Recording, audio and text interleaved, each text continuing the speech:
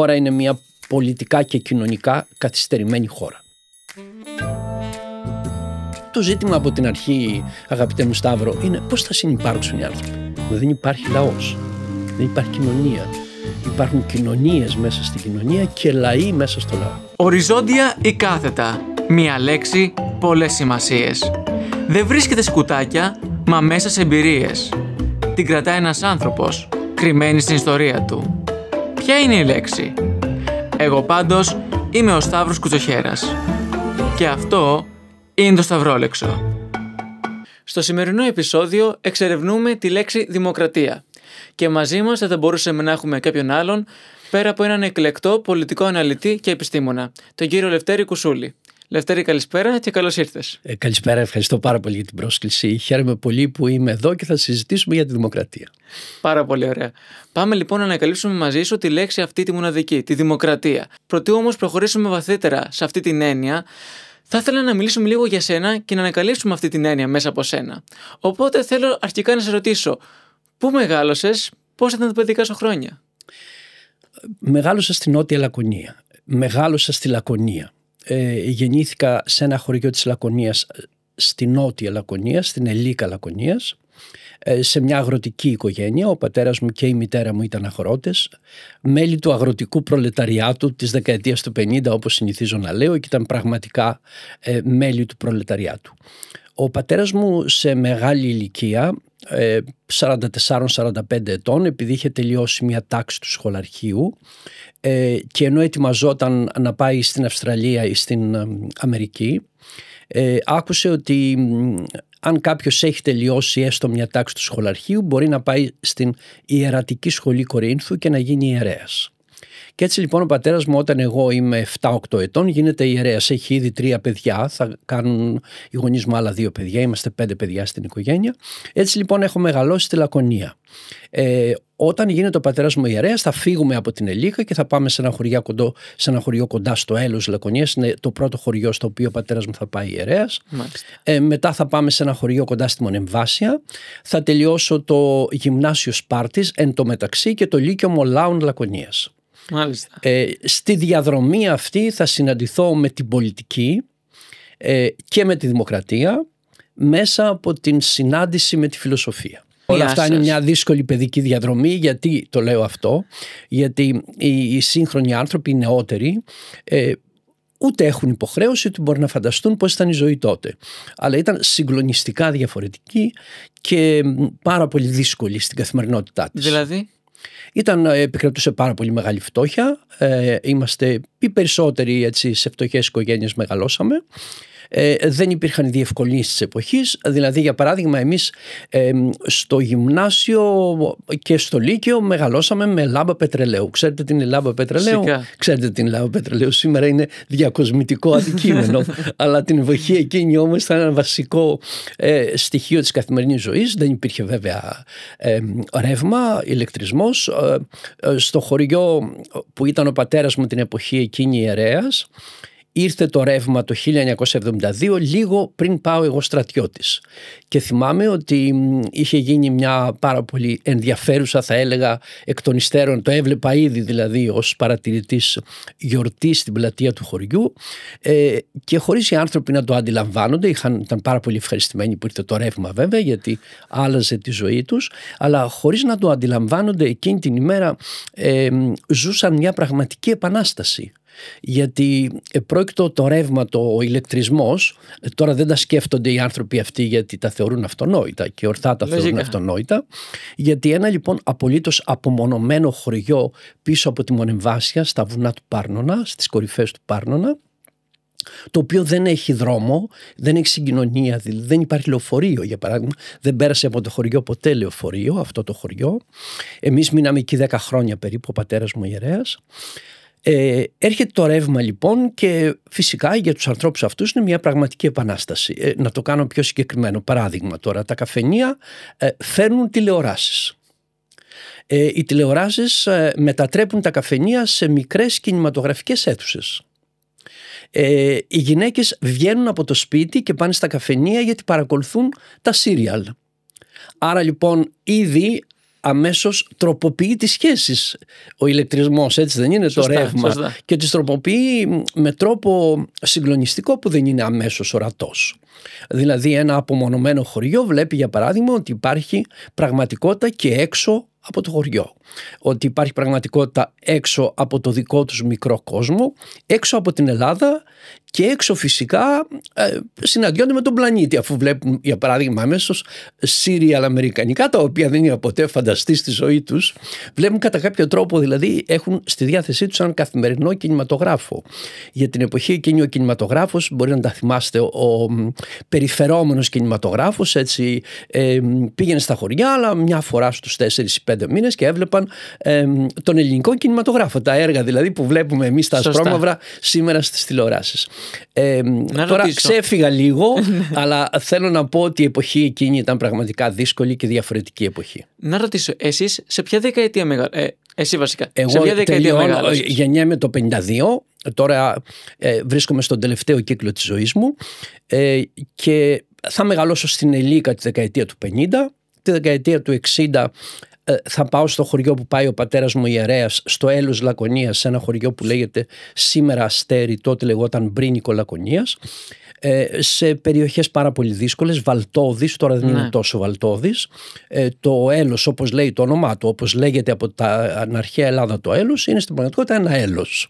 Μάλιστα. Και εκεί όταν πήγαμε συναντηθήκαμε με την ελονοσία. Για παράδειγμα, οι άνθρωποι πέθαιναν από ελονοσία στις αρχές της δεκαετίας του 60, γι' αυτό μιλάω τώρα. Άρα λοιπόν στα 10 σου και στα 20 σου ζεις σε εποχές που υπάρχει πολύ έντονο πολιτικό ενδιαφέρον. Ενώ ότι προηγουμένως είχαμε...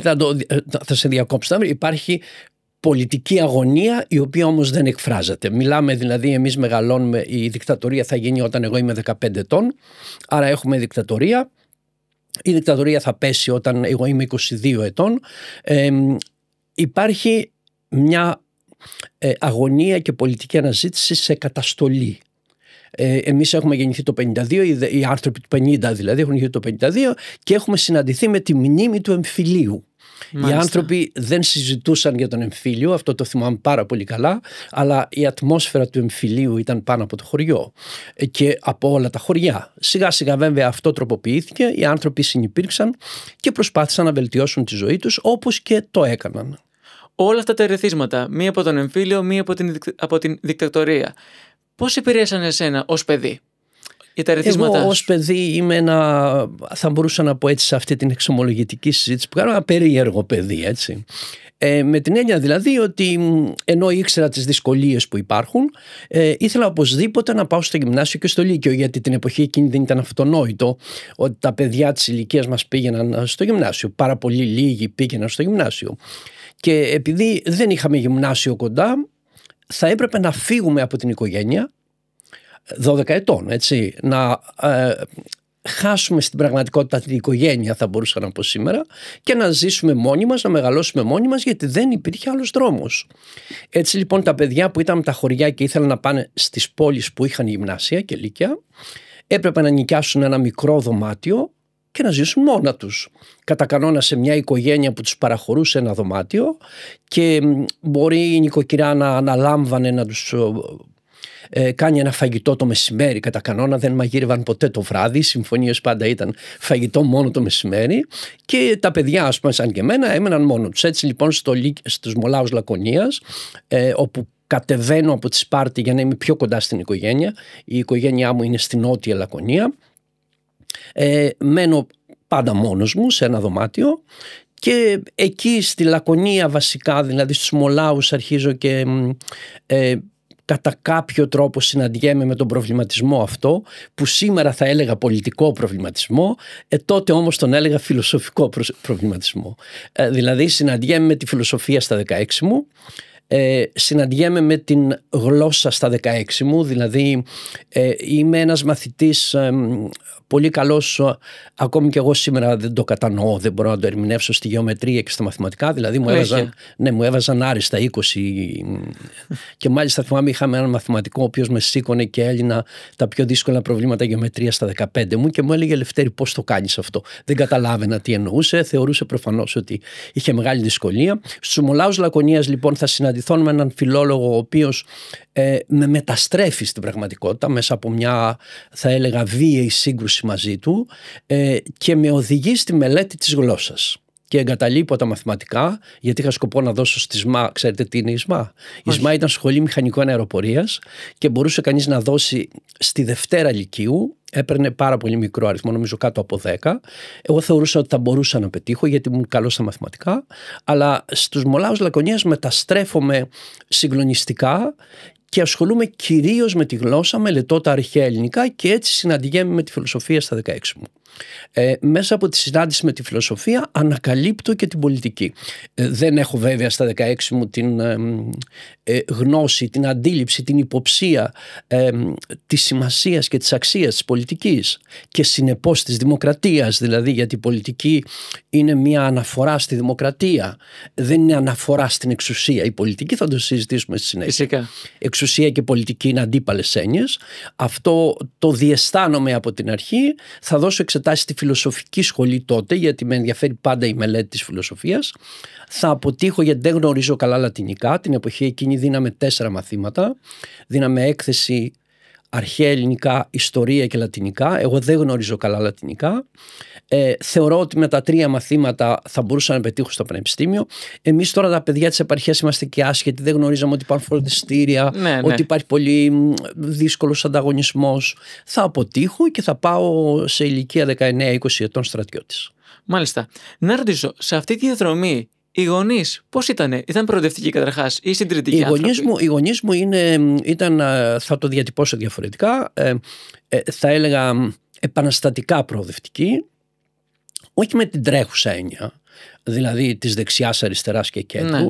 Ήταν επειδή δεν πρέπει να ξεχνάμε τώρα ότι ο πατέρας μου Κυριάκος και η μητέρα μου Χρυσό είναι ιερέας και πρεσβυτέρα.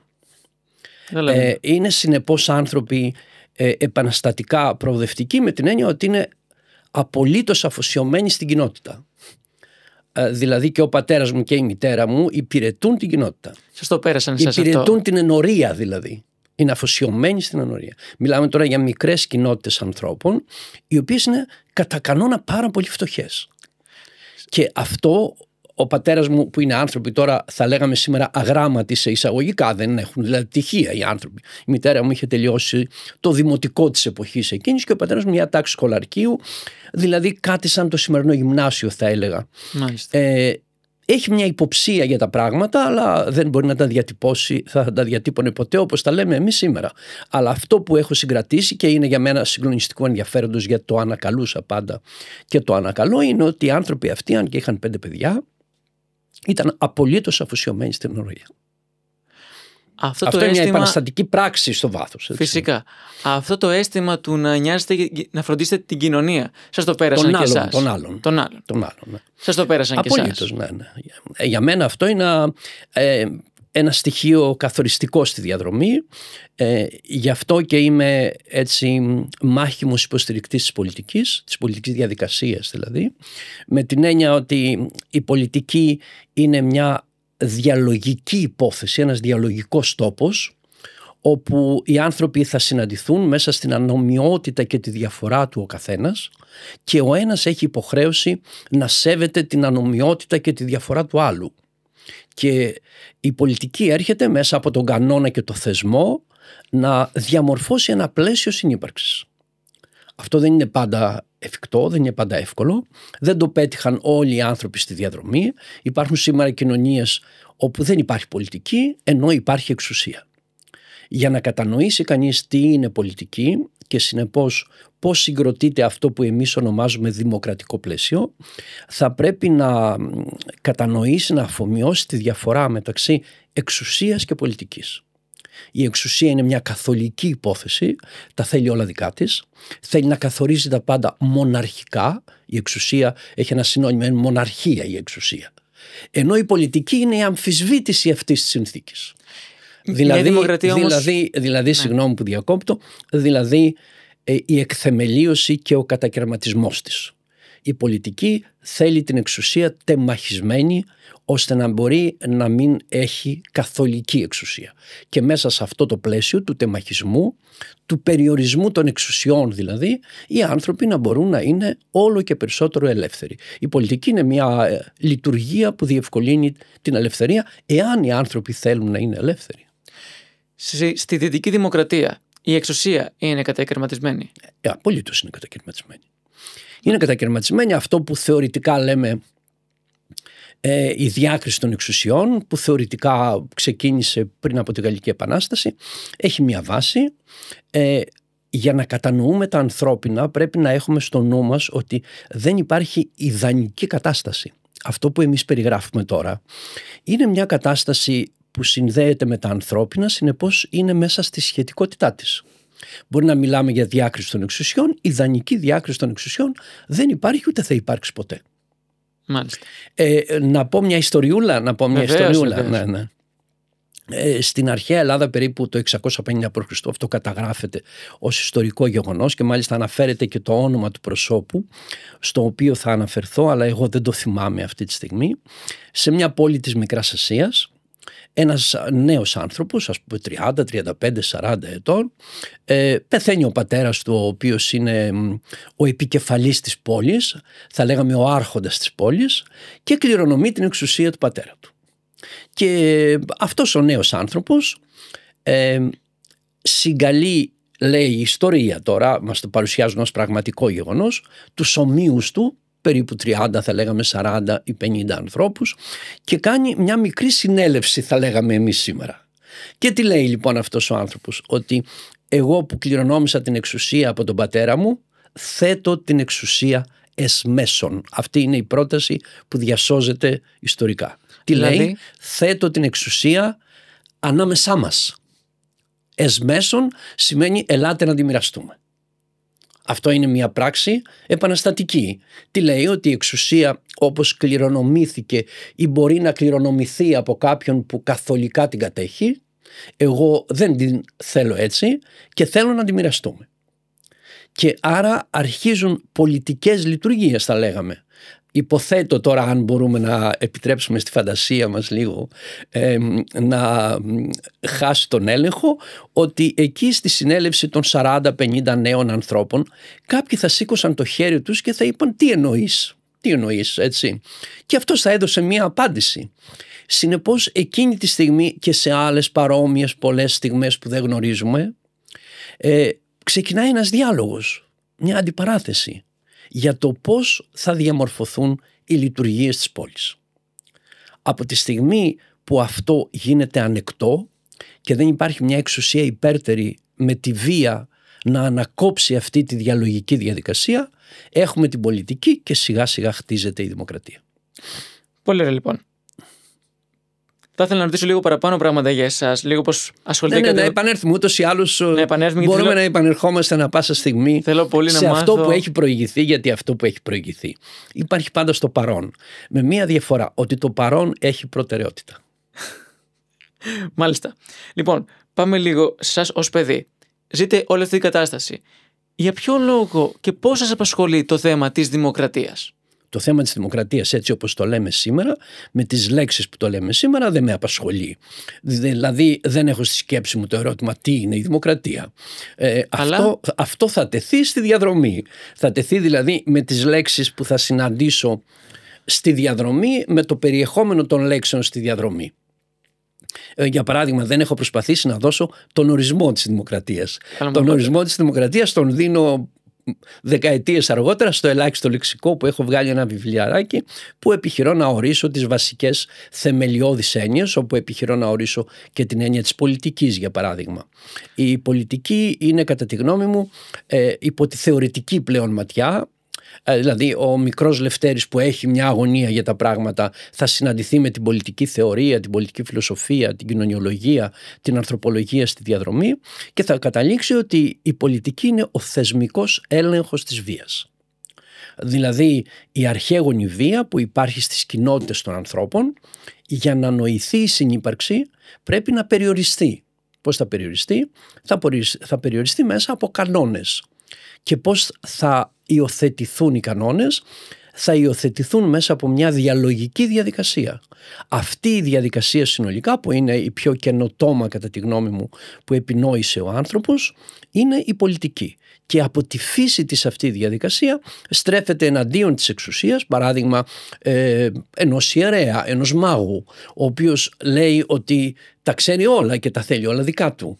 Ο μονάρχης αργότερα στη Δύση είναι ένα είδος αρχαίγονου μάγου, ο οποίος λέει ότι εγώ είμαι ο κάτοχος των πάντων, είμαι ο άνθρωπος που αντιπροσωπεύει την εξουσία του Θεού επί της γης και έχω την πλήρη εξουσία πάνω στη γη και τους ανθρώπους. Η πολιτική αμφισβητεί αυτή τη φαντασία. Άρα λοιπόν ποια θα λέγαμε ότι είναι η σχέση ανάμεσα στην πολιτική και τη δημοκρατία? Η δημοκρατία δεν μπορεί να νοηθεί χωρίς πολιτική. Δηλαδή η πολιτική βρίσκει την έκφρασή της στη δημοκρατία. Δεν βρίσκει την έκφρασή της στην εξουσία. Θα πω ένα παράδειγμα. Πριν από μερικούς μήνες διαβάσαμε στην ειδησιογραφία και το ακούσαμε, το παρακολούθησα λίγο αλλά έχασα επαφή στη συνέχεια. Ένας νεαρός Κινέζος ξεδιπλώνει σε μια γέφυρα ένα πανό. Ο νεαρός αυτός Κινέζος συλλαμβάνεται αμέσως και το παρακολούθησαν λίγο οι ανθρωπιστικές οργανώσεις, αγνοείται η τύχη του. Έχουμε λοιπόν μια μεγάλη χώρα με μεγάλη ισχύ, με μια μονοκρατορία της εξουσίας από ένα κόμμα, δεν έχουμε πολυκομματισμό, δεν έχουμε δημοκρατική αντιπαράθεση, δεν έχουμε δυνατότητα αντιλόγου στην εξουσία. Φοβάται από έναν νεαρό Κινέζο ο οποίος ξεδιπλώνει ένα πανό. Γιατί τάχα να φοβάται? Τι είναι αυτό που γεννά φόβο σε μια παντοδύναμη εξουσία? Ένας άνθρωπος ξεδίπλωσε ένα πανό που μπορεί ενδεχομένως με την ταχύτητα των αυτοκινήτων πάνω από τη γέφυρα και κανείς να μην μπορούσε να διαβάσει το πανό, έτσι δεν είναι? Αλλά η ίδια η πράξη γεννά έναν φόβο στην εξουσία. Άρα η πράξη που κάνει ο νεαρός Κινέζος είναι μια πολιτική πράξη. Τι λέει? Σηκώνει το χέρι του και τη λέει ζητώ το λόγο. Αυτό δεν λέει όταν ξεδιπλώνει ένα πανό? Αυτό δεν το ανέχεται η εξουσία. Άρα λοιπόν η εξουσία τι είναι? Θέλει το μονοπόλιο του λόγου, ενώ η πολιτική θέλει το ακριβώς αντίθετο. Δηλαδή τον κατακαιρματισμό, όλοι να έχουν λόγο. Γι' αυτό καμιά φορά έχεις σκεφτεί ποτέ πώς γράφτηκε, τι είναι η ιστορία του ανθρώπου? Όχι. Ναι. Να πούμε μια προσέγγιση λίγο. Ναι. Η ιστορία του ανθρώπου είναι η διαμάχη και η σύγκρουση και ο πόλεμος στην πραγματικότητα ανάμεσα σε δύο υψωμένα χέρια. Το ένα υψωμένο χέρι είναι το υψωμένο χέρι της βίας, που στην πραγματικότητα αντιπροσωπεύει την εξουσία και καθώς τα θέλει όλα δικά της, ασκεί βία ώστε να τα διατηρήσει όλα δικά της. Το άλλο χέρι είναι το υψωμένο χέρι που υψώνεται και λέει ζητώ το λόγο. Δηλαδή δώστε μου τη δυνατότητα να μιλήσω, αλλά να μιλήσει και ο διπλανός. Άρα λοιπόν στην πραγματικότητα το υψωμένο χέρι του λόγου τι λέει? Ας εγκαταστήσουμε μια συνθήκη διαλόγου και ειρηνικής αντιπαράθεσης. Η βία, το υψωμένο χέρι ασκεί βία, άρα δεν θέλει ειρηνική συνύπαρξη. Το υψωμένο χέρι του λόγου εργάζεται για τις συνθήκες της συνύπαρξης. Αυτή είναι η πολιτική. Πιάνουμε με την προηγούμενη κουβέντα που είπατε για την Κίνα και το περιστατικό αυτό για την ελευθερία έκφρασης. Στην Ελλάδα, πάρα πολλοί άνθρωποι συχνά θα πούνε ότι ζούμε σε μια χούντα. Συγκριτικά και με άλλες χώρες, αλλά και συγκριτικά και με τον χρόνο, ζούμε σε μια πολύ ανθισμένη εκδοχή της δημοκρατίας. Για ποιο λόγο όμως οι άνθρωποι εξακολουθούν να αισθάνονται ότι ζούμε σε μια χούντα, σε μια δικτατορία? Ναι, το σωστό είναι να πούμε όχι οι άνθρωποι αισθάνονται ότι ζούμε σε μια χούντα, κάποιοι άνθρωποι ισχυρίζονται ότι ζούμε σε μια χούντα. Έτσι δεν είναι? Σωστά. Ναι, γιατί στις κοινωνίες αυτό που όλα αυτά είναι ατέλειωτα στη συζήτηση, αγαπητέ μου Σταύρο, είναι ένα πράγμα που όλα θέλουν διευκρίνηση πάντα, έτσι, γιατί είναι από τη φύση τους υπερβολικά σύνθετα που μας διαφεύγουν. Όταν ας πούμε μιλάμε για μια κοινωνία, πρέπει αμέσως να διευκρινίσουμε ότι δεν υπάρχει κοινωνία. Η κοινωνία είναι μια κατασκευή. Υπάρχουν κοινωνίες μέσα στην κοινωνία. Εμείς έχουμε μια ενότητα, έχουμε τη φαντασία της ενότητας, υπάρχει μια ενότητα εξωτερική, είμαστε Έλληνες για παράδειγμα, κατοικούμε στον ίδιο τόπο, μιλάμε την ίδια γλώσσα. Αυτό είναι στοιχεία ενότητας. Αλλά δεν αρκούν αυτά τα πράγματα. Μέσα στην ελληνική κοινωνία υπάρχουν συγκρούσεις, ταξικές διαρρέσεις, ανισότητες, διαφορετικές επιλογές, διαφορετικές αντιλήψεις. Άρα κάποιοι πιστεύουν ότι ζούμε σε μια χούντα. Αυτή τη γνώμη πρέπει να την αποδεχθούμε, γιατί πρέπει να δείχνουμε κατανόηση σε όλες τις γνώμες και διαλογικά να την αντικρούσουμε. Φυσικά δεν ζούμε σε μια χούντα με την έννοια που λέει κάποιος ότι δεν υπάρχει ελευθερία λόγου. Υπάρχει ελευθερία λόγου. Στη χούντα δεν υπάρχει ελευθερία λόγου. Αν κάποιος μας πει ότι είναι προσχηματική η ελευθερία λόγου, δεν έχει δίκιο. Υπάρχει κλιμάκωση στο δικαίωμα του λόγου. Δηλαδή εσύ για παράδειγμα που έχεις ένα στούντιο, καλείς ανθρώπους, συζητάς, έχεις μεγαλύτερο δικαίωμα, το οποίο το κατακτάς με την πρωτοβουλία σου, δεν στο χαρίζει κανένας, στο λόγο από κάποιον που δεν κάνει αυτό που κάνεις εσύ. Σωστά. Αλλά σου επιτρέπεται να το κάνεις. Άρα είσαι σε ένα πλαίσιο που δεν σου απαγορεύει κανείς να το κάνεις. Έχει το δικαίωμα και ο διπλανός να το κάνει. Αλλά δεν το επιχειρεί. Γιατί δεν το επιχειρεί? Γιατί αυτό προϋποθέτει μια προσπάθεια. Προϋποθέτει χρόνο, προϋποθέτει μια αφοσίωση, ένα ενδιαφέρον. Και οι άνθρωποι, υπάρχει μια κατηγορία ανθρώπων που θα τα ήθελαν όλα εύκολα και με την έννοια αυτή εύκολα κατηγορούν ή μιλάνε για χούντα για παράδειγμα. Επομένως θα λέγαμε οφείλουμε να δείχνουμε κατανόηση όλοι. Φυσικά, δημοκρατία. Όμως, οι άνθρωποι αυτοί συγκεκριμένοι που πιστεύουν ότι ζούμε σε μια χούντα, θεωρείται ότι είναι και το αίσθημα ευθύνης. Δηλαδή, είναι άνθρωποι που δεν αναλαμβάνουν ευθύνη και μπορούν πολύ εύκολα να ρίξουν μια αιτιολογία το ότι ζούμε σε μια χούντα και γι' αυτό συμβαίνουν κάποια πράγματα. Υπάρχει και αυτό. Υποθέτω δεν είναι μόνο αυτό. Επειδή μπορεί να μην είναι ευχαριστημένοι από τη ζωή τους, να κάνουν πράγματα στα οποία δεν μπορούν να ανταποκριθούν ή να έχουν σχέδια τα οποία δεν μπορούν να διεκπαιρεώσουν ή να συναντηθούν με αντικειμενικές δυσκολίες πραγματικές. Παράδειγμα, ένα παιδί που μπορεί να μεγαλώνει σε μια πάρα πολύ φτωχή οικογένεια στην Ήπειρο, αν δεν έχει ευρύτητα πνεύματος και κριτική σκέψη και πραγματικά στην πορεία του συναντηθεί με δυσκολίες στην εποχή τη δική μας, όπως στη σημερινή εποχή εννοώ, όπως αυτές με τις οποίες συναντηθήκαμε εμείς την εποχή εκείνη, κατανοώ τη γνώμη του, την κατανοώ, τον καταλαβαίνω. Εμείς ας πούμε που ζήσαμε σε φοβερά δυσκολίες, φοβερά προχωρημένες δυσκολίες, τώρα έτσι επειδή κάνουμε αυτή τη συζήτηση να πω ένα παράδειγμα.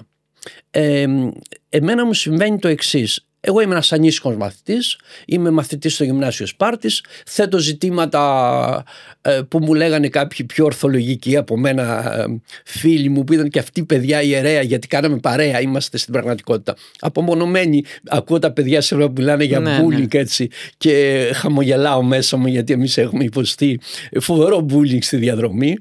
Κλείνω την παρένθεση. Αυτοί μου λέγανε λοιπόν ότι Λευτέρη θα σε διώξουν από το σχολείο με αυτά που κάνεις και αυτά που λες. Και εγώ είχα μια απορία γιατί να με διώξουν από το σχολείο. Έζησα λοιπόν 14 ετών την 25η Μαρτίου είχαμε παρέλαση έτσι, στο Γυμνάσιο Σπάρτης. Έχω πάει στην παρέλαση, είμαι στη Δευτέρα Γυμνασίου, έχω μπει στη σειρά, πλησιάζει ένας καθηγητής λοιπόν και μου λέει «Κουσούλη, δεν μπορείς να παρελάσεις». Λέω γιατί δεν μπορώ να παρελάσω. Το υποψιάστηκα τι εννοούσε έτσι. Λέω γιατί δεν μπορώ να παρελάσω. Μου λέει γιατί δεν φορά σακάκι. Είχα πάει στο σχολείο. Εγώ δεν είχα σακάκι δηλαδή έτσι. Και έχω πάει στο σχολείο να παρελάσω με ένα πουλόβερ. Και του λέω εντάξει, μου λέει δεν μπορείς να παρελάσεις. Δεν επιτρέπεται να παρελάσεις. Όλοι οι συμμαθητές φοράνε σακάκι. Του λέω εγώ δεν έχω σακάκι. Και δεν παρελάβνω, αποχωρώ έτσι. Δεν με ενδιαφέρε καθόλου αυτό γιατί εγώ είχα πλήρη συνείδηση. Συνέβαινε να έχω, θα μπορούσε κάποιος άλλος συνομιλικός μου να το δει διαφορετικά το θέμα. Και πήγα στην άκρη της Σπάρτης τέλος πάντων και περίμενα να τελειώσει παρέλαση, να έρθουν οι φίλοι να συναντηθούμε. Και έχω γράψει μάλιστα και ένα σχετικό κείμενο με αυτό. Για αυτό, όταν θυμάμαι πριν από χρόνια υπήρχαν επεισόδια στις παρελάσεις στην εποχή της κρίσης. Ανακάλεσα αυτή την εμπειρία και έγραψα ένα κείμενο με τίτλο «Βία στις παρελάσεις». Και περιέγραψα λοιπόν το γεγονός. Ένα παιδί λοιπόν σήμερα που θα μπορούσε να το ζήσει αυτό θα κατανοούσα ότι μπορεί να τοποθετηθεί απέναντι σε αυτό που ονομάζουμε σύστημα, πολιτική λειτουργία με διαφορετικό τρόπο. Αλλά ο καθένας τοποθετείται με τον τρόπο του. Για ποιο λόγο όμως να βαφτίσει τις δυσκολίες που μπορεί να βιώνει καθημερινά ως ζούμε σε μια χούντα? Γιατί έτσι μπορεί να το αντιλαμβάνεται, έτσι μπορεί να έχει διαμορφώσει την εικόνα στη διαδρομή.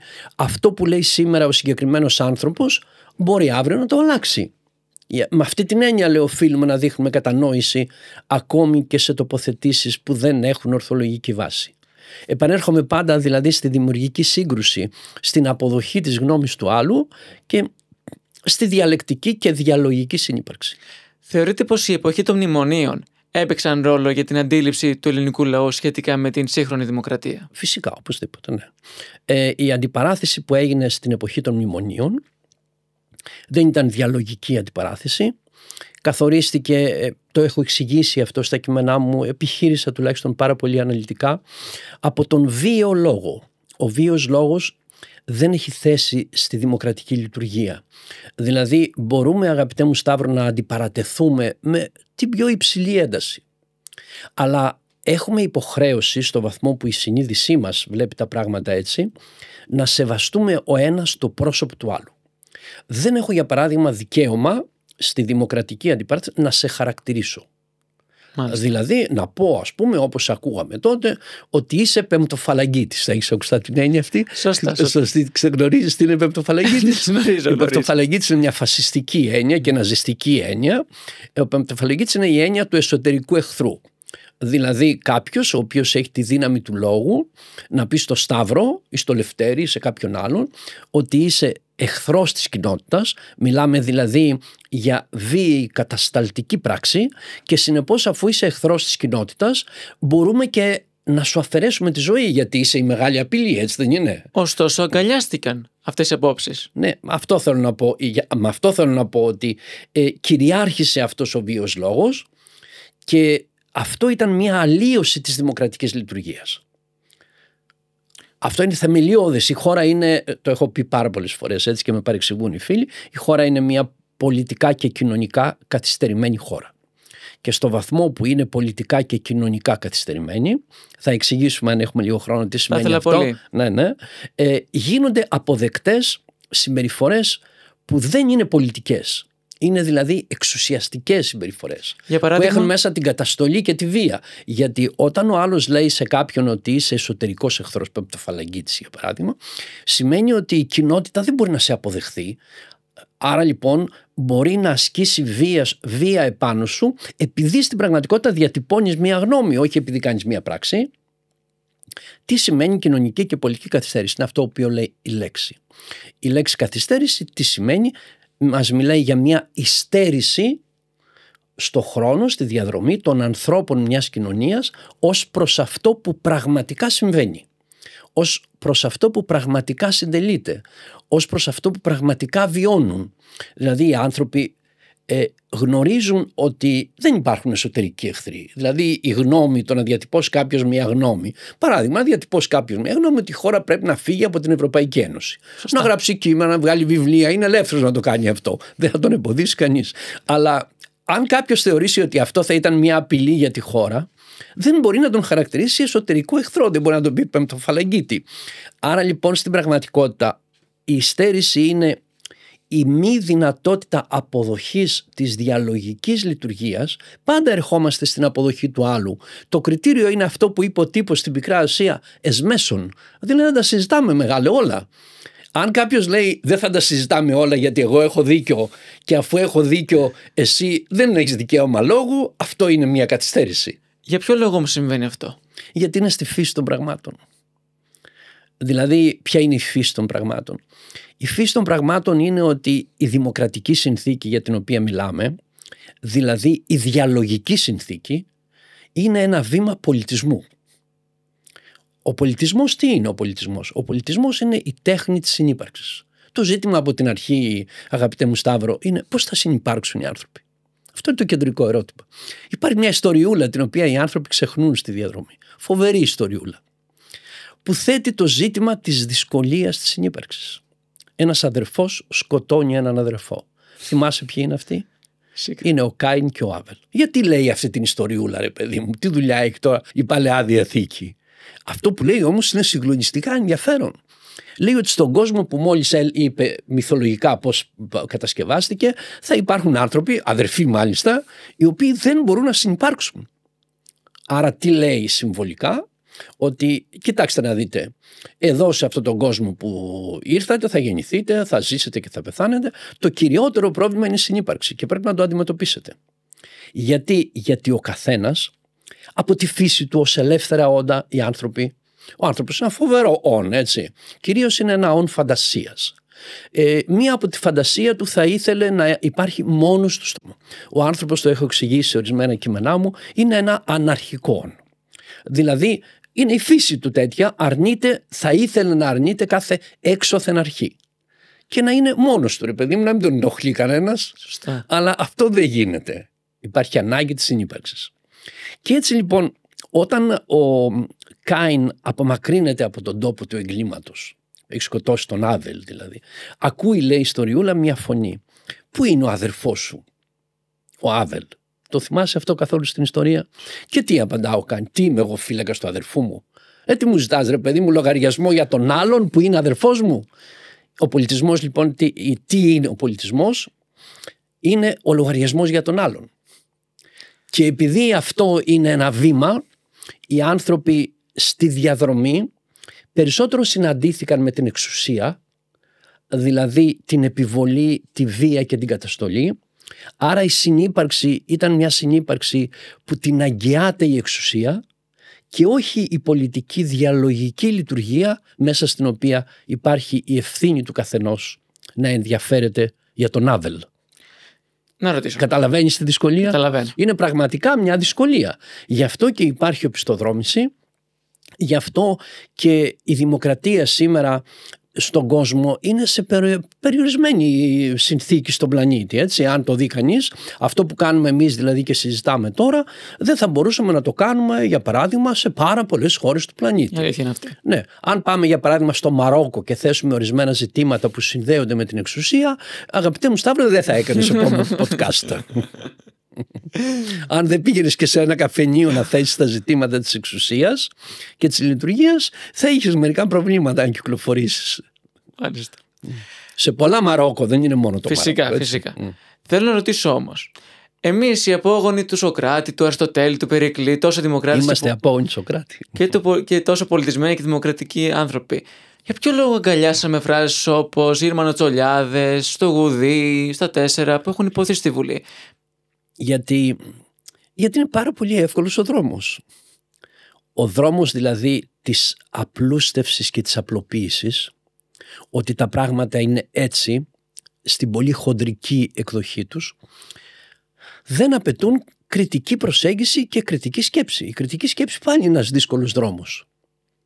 Άρα λοιπόν οι άνθρωποι έχουν μια τάση, μια έφεση θα έλεγα, ανάλογα με την κοινωνική συνθήκη, να επιλέγουν την απλουστευτική και απλουστευμένη λύση από το δύσκολο δρόμο της πορείας. Και αυτό συμβαίνει συχνά αυτό, δεν συνέβη μόνο στην Ελλάδα, συμβαίνει σε πάρα πολλές χώρες. Η σύγκρουση είναι αυτή.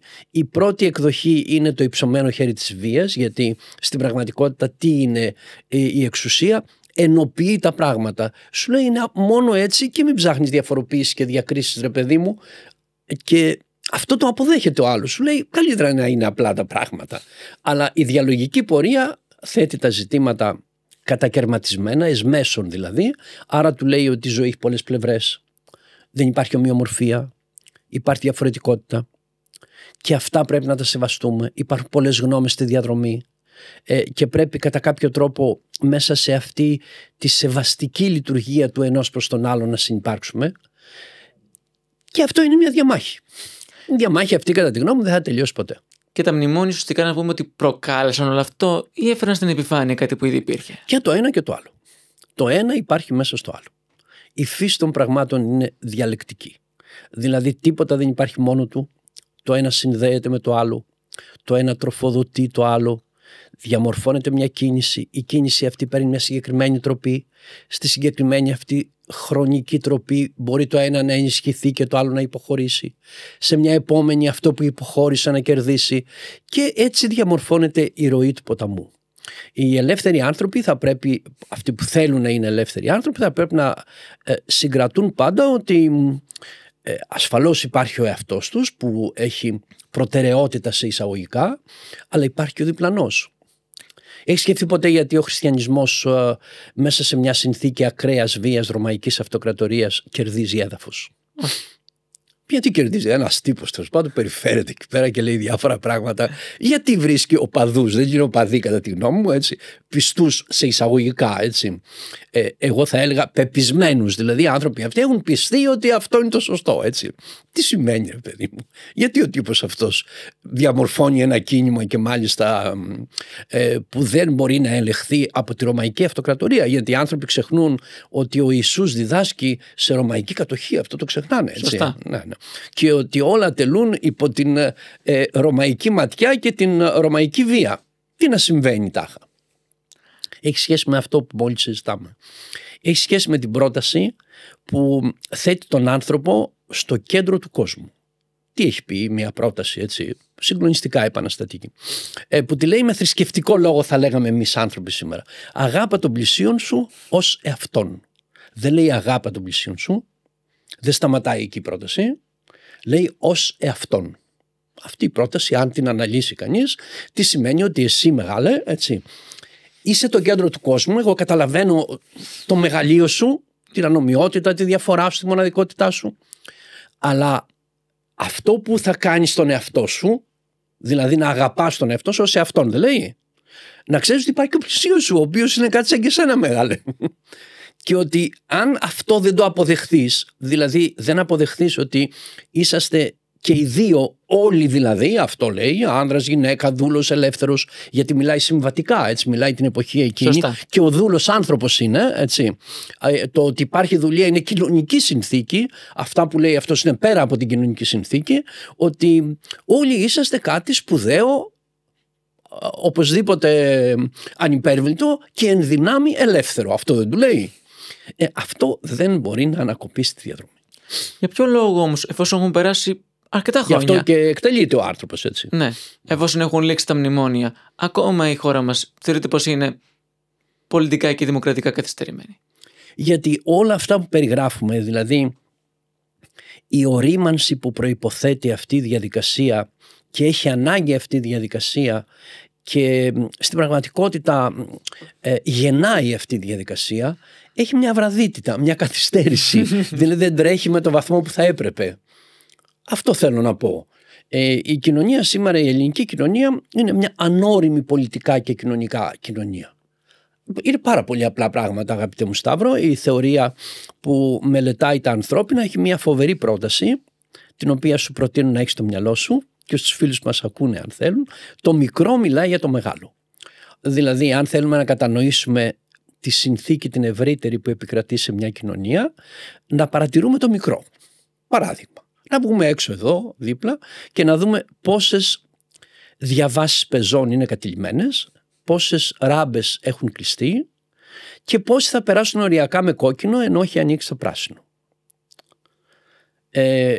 Αυτό είναι μικρό ή μεγάλο? Μεγάλο. Ναι.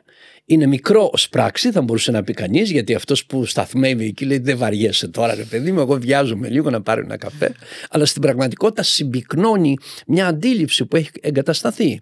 Όλα αυτά είναι εκδηλώσεις καθυστέρησης, είναι ανώριμες συμπεριφορές ως προς τον άλλον πάντα, γιατί δεν πρέπει να ξεχνάμε ποτέ ότι η συμπεριφορά μας έχει εξ αντικειμένου αναφορά και αντανάκλαση στον άλλον. Στο βαθμό που αυτό δεν γίνεται κατανοητό, δεν μιλάω για ιδανική συνθήκη, μιλάω για μια κατεύθυνση των πραγμάτων, υπάρχει μια καθυστέρηση ως προς αυτό που ονομάζουμε πολιτική ωριμότητα και δημοκρατική εξέλιξη. Προϋποθέτει η δημοκρατία να υπάρχει παιδεία? Απολύτως δεν το συζητώ. Το καλεί και το γεννάει. Το γεννάει και το καλεί. Είναι ταυτόχρονα διαλεκτικά τα πράγματα. Να πάμε τώρα... Αλλά επειδή έχει σχέση πάντα, όλα συνδέονται με την ορίμανση, έτσι, τη συνείδηση, δηλαδή με την καθυστέρηση. Το γεγονός ότι μια χώρα όπως η Ελλάδα, για παράδειγμα σήμερα, που έχει τέλος πάντων, ρε παιδί μου, κάνει στη διαδρομή αυτά που έχει κάνει. Θέλω να πω δηλαδή φοβερά κείμενα έχουν γραφτεί στην ελληνική γλώσσα. Έχουμε μια παράδοση στοχασμού πάνω στα ανθρώπινα σπουδαία και μοναδική. Δεν έχουμε καλό σχολείο, δεν έχουμε καλό δημόσιο σχολείο στη χώρα. Είναι μια αντανάκλαση της αδιαφορίας των πολλών, άρα και της αδιαφορίας των εκλεγμένων αντιπροσώπων για το δημόσιο σχολείο.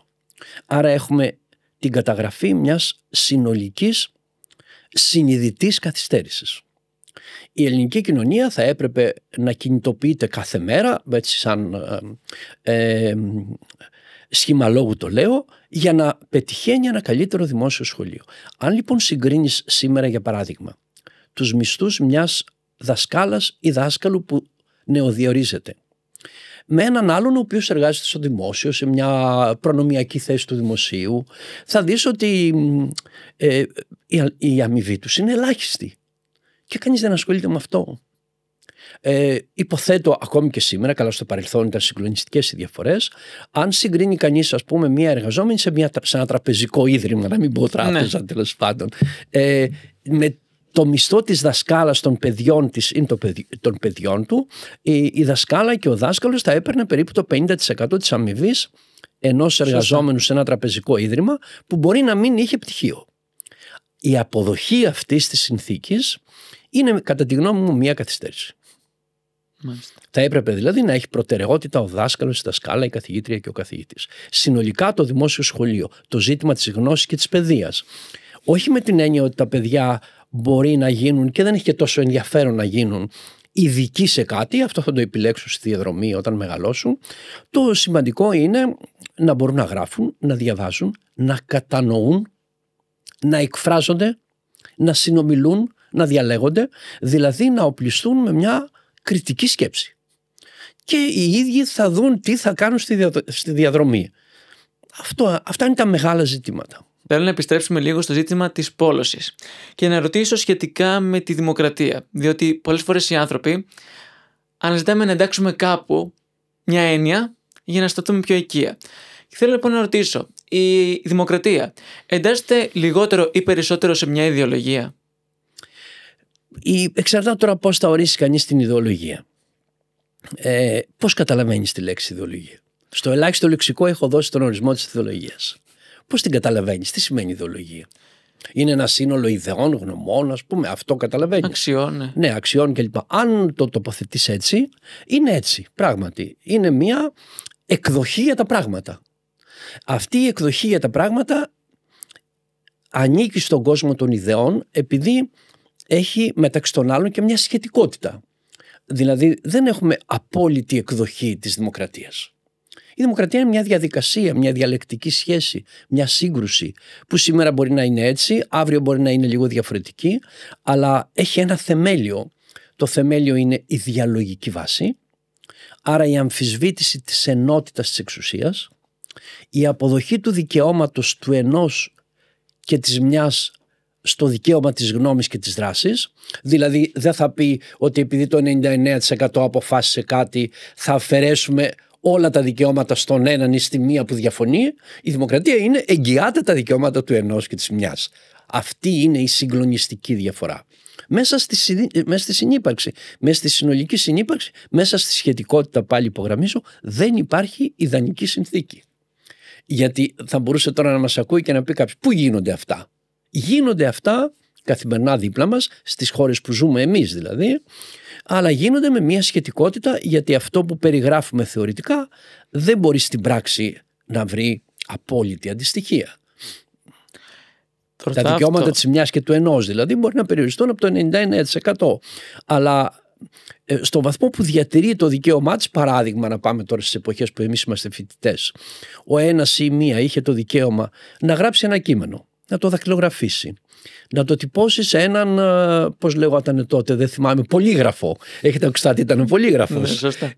Να το βγάλει και να το μοιράσει στη Σόλωνος, για παράδειγμα, στους φοιτητές.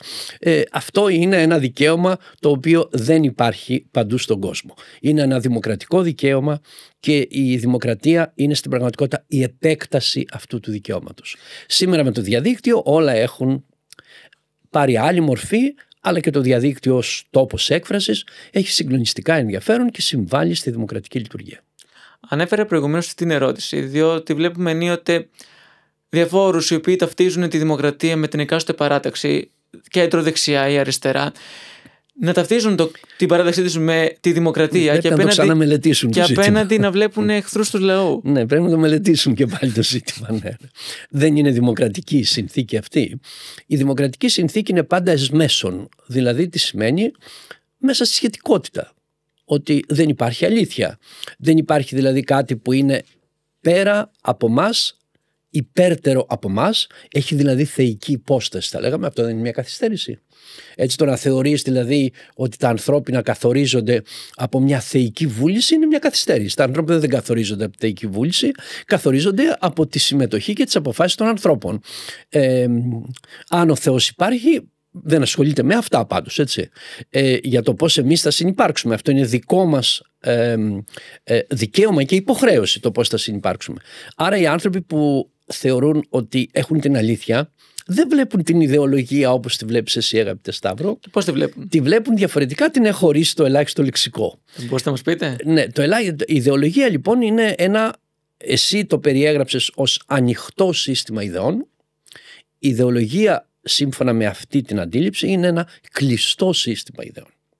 Δηλαδή είναι ένα αυστηρό σύστημα ιδεών, το οποίο δεν επιδέχεται κριτική, δεν μπορεί να αμφισβητηθεί, άρα είναι φορέας της αλήθειας, άρα τροφοδοτεί την εξουσία με το δίκαιο και τη δικαίωση να κάνει όλες τις πράξεις της βίας. Για παράδειγμα, βγαίνοντας από εδώ, να σου πει ότι επειδή παραβιάζεις τις αρχές τάδε, της ιδεολογίας του δηλαδή, να σε συλλάβει και να σε οδηγήσει στη φυλακή. Μπορεί κάλλιστα να πει ότι δεν χρειάζεται και δίκαιο, αφού δεν έχεις δίκιο και ούτε δικηγόρο χρειάζεσαι και συνεπώς δεν έχεις και δικαίωμα να μιλήσεις. Αυτά έχουν συμβεί στην ιστορία. Στη Γαλλική Επανάσταση, οι άνθρωποι γνωρίζουν τη Γαλλική Επανάσταση. Η Γαλλική Επανάσταση είναι ένα φοβερό γεγονός, πραγματικό επαναστατικό γεγονός. Έχουν συμβεί μέσα στη Γαλλική Επανάσταση, στο επαναστατικό μέρος, έτσι, φοβερά πράγματα, τα οποία είναι ιδιαίτερα διδακτικά για την εξέλιξη. Ο Ροβεσπιέρος λοιπόν, που είναι μια σπουδαία προσωπικότητα, αξιοσέβαστη με τα προβλήματά του, είναι μια μορφή πάντως ο Ροβεσπιέρος, λίγο πριν από την εκτέλεσή του, 40 μέρες περίπου πριν, είναι κυρίαρχος της εποχής εκείνης, φέρνει στη συμβατική, στη Βουλή δηλαδή, στην Εθνοσυνέλευση, το νόμο περί υπόπτων. Το έχεις ακουστά ποτέ αυτό? Δεν θα το ακούσω. Ναι. Λοιπόν, φέρνουν λοιπόν αυτοί το νόμο περί υπόπτων. Και μάλιστα το ψηφίζει στις 22 Πρεριάλ. Έχει μείνει στην ιστορία ως ο νόμος της 22 Πρεριάλ. Ήταν 22 Ιουνίου, γιατί είχαν αλλάξει τα ονόματα των νόμων και του χρόνου. Με ποια φαντασία? Ότι ο κόσμος μπορεί να χτιστεί από την αρχή. Και άρα λοιπόν όλα θα γίνουν από την αρχή. Άρα θα μετρήσουμε το χρόνο από την αρχή. Πρώτο έτος της Επανάστασης. Καταργεί την εβδομάδα και κάνει το δεκαήμερο. Καταργεί την εβδομάδα για να καταργηθεί η Κυριακή, γιατί η Γαλλική Επανάσταση έχει μια αντιχριστιανική πλευρά. Δεν είναι όλοι αντιχριστιανοί, είναι πάρα πολλοί όμως αντιχριστιανοί. Και καταργεί τα ονόματα των μηνών και αλλάζει, τους δίνει άλλα ονόματα. Έτσι, ο Ιούνιος ήταν ο Πλεριάλ. Πάει λοιπόν ένα νόμο περί υπόπτων, ο οποίος έλεγε τα εξής συγκλονιστικά απλά πράγματα. Ότι για να οδηγηθεί κάποιος στο θάνατο, δηλαδή να πάει στη Λεμιτόμο, δεν χρειάζεται ούτε κατηγορία, ούτε δίκη, ούτε δικηγόρο, ούτε υπεράσπιση. Αρκεί κάποιος να τον θεωρήσει ύποπτο εναντίον της Επανάστασης. Πήγαιναν λοιπόν άνθρωποι, δεν το έξω, ήταν συγκλονιστικό αυτό.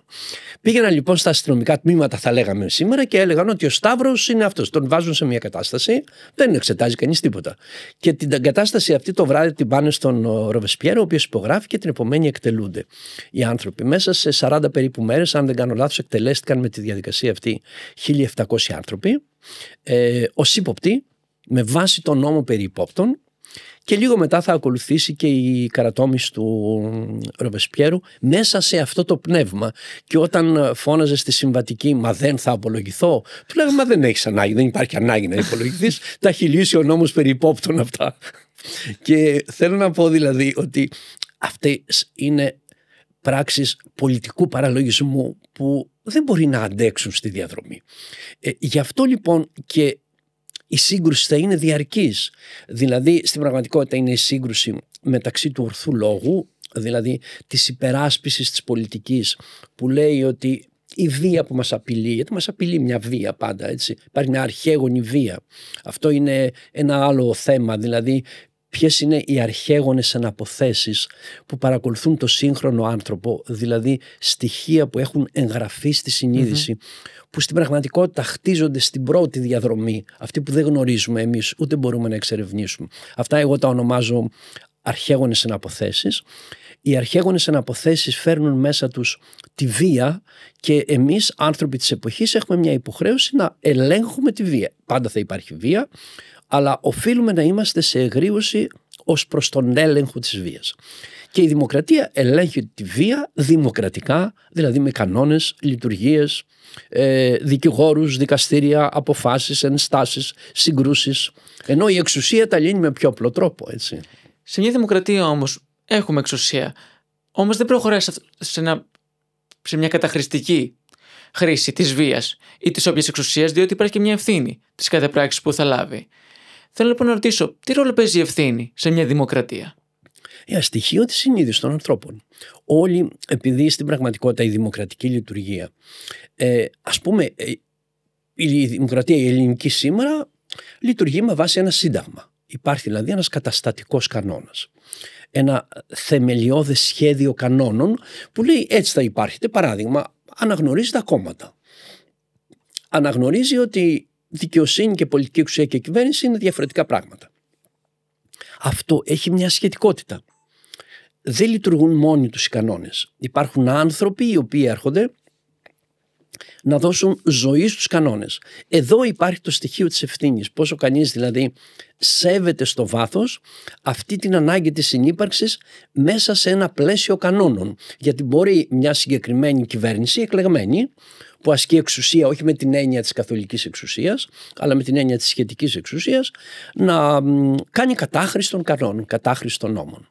Αυτό θα γίνει αντικείμενο σύγκρουσης, θα κατέβει στο λαό όπως λέμε και αυτός θα κρίνει. Μπορεί μια κατάχρηση εξουσίας μια μεγάλη μερίδα του λαού να την αποδεχθεί και να την επικροτήσει. Συμβαίνει συχνά αυτό. Ένας λαός όμως που δεν αγαπά την ευθύνη. Να επικροτήσει για πράγμα, να διαφορήσει παράδειγμα για τις υποκλοπές. Να διαφορεί για τους. Λέει τι έγινε που έγιναν υποκλοπές. Ενώ είναι σημαντικό γεγονός οι υποκλοπές, έτσι. Δηλαδή σε κάποια στιγμή μια εταιρεία να πει ότι είσαι εθνικά ύποπτος, πάντα πάμε στον νόμο περί υπόπτων. Έτσι. Η έννοια του υπόπτου είναι μια μη δημοκρατική έννοια, ότι είσαι εθνικά ύποπτος και συνεπώς μπορεί να παρακολουθεί την προσωπική σου ζωή. Φαντάζεσαι σε ποια θέση περιέρχεσαι? Άρα η εξουσία δεν κάνει κατάχρηση εκείνη τη στιγμή. Γιατί δεν γνωρίζει ότι δεν είσαι εθνικά ύποπτος, αλλά χρειάζεται έναν καταχρηστικό δρόμο για να σε ελέγξει. Άρα υπάρχει το στοιχείο της ευθύνης πάντα. Δηλαδή το στοιχείο της ευθύνης είναι και ένα όριο που θέτει ο καθένας μας στον εαυτό του. Αυτός δηλαδή που δεν θα παρκάρει στη διάβαση, την οποία βρίσκει ελεύθερη, αν δεν έχει κάποιος άλλος πριν από αυτόν παρκάρει, όταν λέει δεν θα σταθμεύσω στη διάβαση, δεν θέτει ένα όριο στον εαυτό του. Αυτή δεν είναι η ευθύνη. Ένας λαός λοιπόν που δεν αγαπά πολύ την ευθύνη έχει αυτή την ευαισθησία για θέματα όπως αφορά τις υποκλοπές. Άλλοι την έχουν, άλλοι όχι. Είπαμε δεν υπάρχει λαός. Δεν υπάρχει κοινωνία. Υπάρχουν κοινωνίες μέσα στην κοινωνία και λαοί μέσα στο λαό. Άρα υπάρχουν πολλές διαφορετικές προσεγγίσεις και αυτή η διαφορετικότητα γεννάει και την πολιτική σύγκρουση. Το πώς θα εξελιχθεί η πολιτική σύγκρουση κρίνει κάθε φορά την εποχή.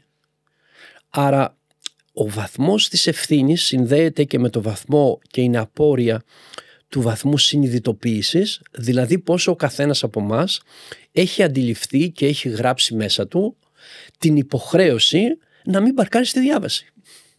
Δεν υπάρχει άλλος τρόπος. Ο άλλος τρόπος είναι ο θεσμικός έλεγχος της βίας που κάνει αυτός που παρκάρει, που έρχεται η πολιτική με τον κανόνα να πάει ένας τροχονόμος. Αν υπάρχει τροχονόμος και αν υπάρχει τροχέα, στη χώρα σήμερα για παράδειγμα δεν υπάρχει τροχέα, άρα στην πραγματικότητα έχει αποσυρθεί από την εφαρμογή του νόμου, άρα στην πραγματικότητα τι κάνει αυτή η πράξη που έχει σχέση με τη λειτουργία της πολιτείας, αφαιρεί την υποχρέωση της ευθύνης και την ένταση της ευθύνης και αφήνει περιθώριο στους ανθρώπους να σταθμεύουν πάνω στις διαβάσεις. Ενώ κανονικά θα έπρεπε να πάει κάποιος να του πάρει τη σπίνα και δεν ξέρω τι προβλέπει ο κώδικας, να εφαρμόσει τον κώδικα τέλος πάντων. Να πάμε τώρα και στο κλείσιμο σε δύο βασικές ερωτήσεις που είναι λίγο πιο φιλοσοφικές γύρω από τη δημοκρατία.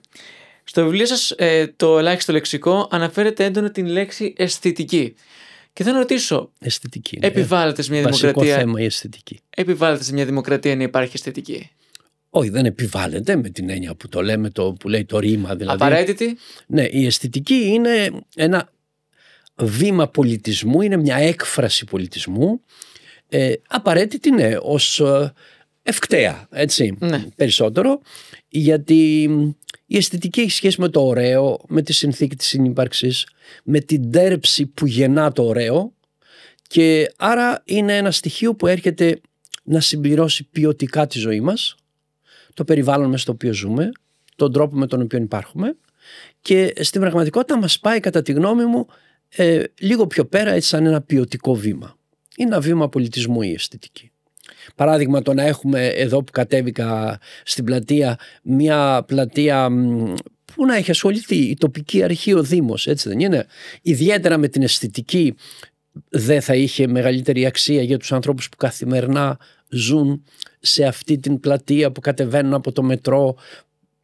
Μπορούν οι Δήμοι να επινοήσουν αισθητικές παρεμβάσεις, αλλά επειδή συνολικά ζούμε, επανερχόμαστε πάντα στα θεμελιώδη, σε μια κοινωνική και πολιτική καθυστέρηση, αυτά τα ζητήματα που θα έπρεπε να έχουν προτεραιότητα είναι εκτός προσοχής και ενδιαφέροντος. Μάλιστα. Τελευταία ερώτηση. Χιούμορ θα μπορούσε να υπάρξει περισσότερο? Βεβαίως υπάρχει. Βεβαίως, ναι. Το χιούμορ υπάρχει στην καθημερινή ζωή. Έχω επιχειρήσει το ελάχιστο λεξικό να δώσω τον ορισμό του χιούμορ.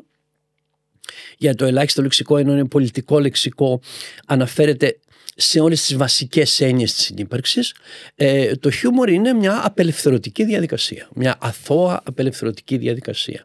Και βεβαίως το χιούμορ υπάρχει στη ζωή μας. Έχω τη γνώμη, έτσι, επειδή προσπαθώ να συνομιλήσω, βάζω τη λέξη σε εισαγωγικά, με τον πρώτο άνθρωπο του οποίου είμαι θαυμαστής, έτσι μπορεί να το καταλαβαίνετε, πώς υπήρξε αυτός ο τύπος, ρε παιδί μου, πώς τα κατάφερε καταρχήν, πώς επιβίωσε, έτσι. Και επειδή θεωρώ ότι αυτός ο πρώτος τύπος δεν διαφέρει και πάρα πολύ από εμάς, έτσι, μόνο ότι αυτός κρατούσε μία πέτρα, όπως λέμε συμβατικά εμείς κρατάμε ένα κινητό, ενώ η φαντασία μας πρέπει να είναι παρόμοια, όχι παρόμοια, ίδια φαντασία. Έχω τη γνώμη ότι και αυτός θα είχε χιούμορ όταν έβρισκε και έψαχνε τρόπους να ολοκληρώσει την έκφρασή του. Λευτέρη, ευχαριστούμε πάρα πολύ. Ήταν μια πολύ σημαντική κουβέντα γύρω από τη δημοκρατία. Ευχαριστώ, αγαπητέ Σταύρο. Ελπίζω η συζήτησή μας να έχει μια χρησιμότητα για τους ανθρώπους. Σε ευχαριστώ πάρα πολύ. Και κάπως έτσι βρήκαμε και τη λέξη δημοκρατία στο Σταυρόλεξο. Εάν σας άρεσε το σημερινό επεισόδιο, κάντε like και εγγραφή στο κανάλι του Podit, προκειμένου να λύσουμε μαζί πολλά ακόμα σταυρόλεξα. Μέχρι το επόμενο επεισόδιο, να είστε καλά. Τη λέξη τη βρήκαμε, μα η έννοιά της άλλαξε μορφή. Γιατί κάθε ζωή της δίνει άλλη υφή. Το σταυρόλεξο συνεχίζεται. Μέχρι το επόμενο στοιχείο, να είστε καλά.